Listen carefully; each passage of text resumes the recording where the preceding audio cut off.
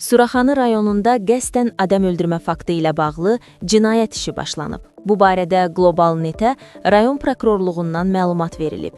Bildirilib ki, martın 20-sində paytaxtın Suraxanı rayonu ərazisində Hövsan Redakt 1990-cı il təvəllüdlü Pərvanə Abbasovanın almış olduğu xəsarətlərdən ölməsi barədə rayon prokurorluğuna məlumat daxil olub.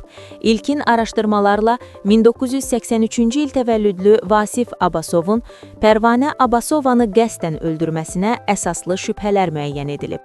Faktla bağlı Suraxanı rayon prokurorluğunda Cinayət Məcəlləsinin 121 qəsdən adam öldürmə maddəsi ilə cinayət işi başlanıb.